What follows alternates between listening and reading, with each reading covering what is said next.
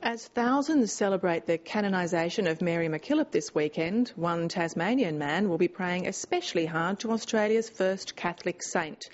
The devout Catholic believes that she played a part in his recovery from a strange affliction, which he suffered as a result of 3 strokes. But as Jackie Street reports, intense therapy through the Swallowing and Rehabilitation Research Project must have played a part too. It's said the proof of the pudding is in the eating, but for one Northern Tasmanian man, it's in the swallowing. Former Qantas executive Jim Ledger was accustomed to dealing with difficulties in business. I ended up running the cargo department and reorganised it, and it turned out into a very, very profitable centre for Qantas. 20 years ago, Mr Ledger retired to Tasmania with his wife Lorna to run the Ross Post Office. That was fun. It was really good because we were centre of village life. We knew everybody. Everybody knew us. In 2007, he suffered 3 strokes. He recovered from the first 2. But the third one was a doozy. And of all places, it happened in church. And I said to myself at the time, "Right, oh God, what are you punishing me for now?"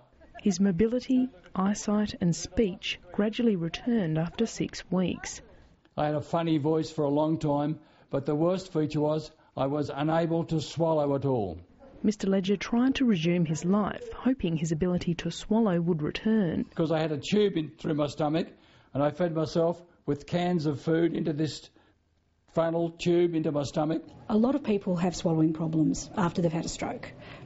40%, sometimes more, will have problems for days, if not weeks, after a stroke. But the majority of those people will get some return of the swallow over the next few weeks. Jim didn't. The speech therapy unit at the Launceston General Hospital tried a range of unsuccessful treatments. For nearly 2 years, Mr Ledger carried around a bucket to spit in and fed himself through a tube in supermarket car parks or by the sides of the road.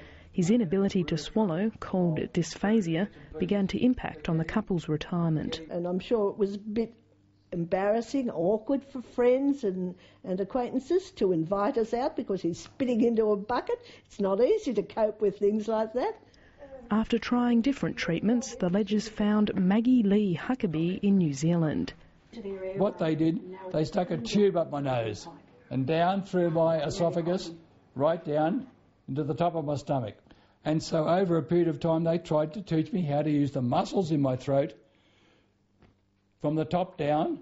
The intensive twice-daily therapy in New Zealand paid off, and after a few days Mr Ledger was asked to try swallowing a glass of water. So I got the glass of water and took a sip, and then another sip, and I drank the glass of water. And Maggie Lee, this zany American lady, she said to me, "You'll be right." That's all she said to me, "You'll be right." Mr Ledger then tried out yogurts, soups, and by the end of just 1 week he was swallowing solid foods.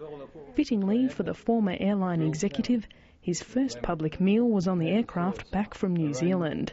Mr Ledger is a devout Catholic and he believes his faith played a large role in his cure. He believes Mary McKillop heard his prayers to help him swallow again. And I pray to her every morning, every night, even now. And the prayers are now thank yous. Mr Ledger gives talks at the LGH and is hoping to inspire patients and doctors with his story. I never gave up. I had faith.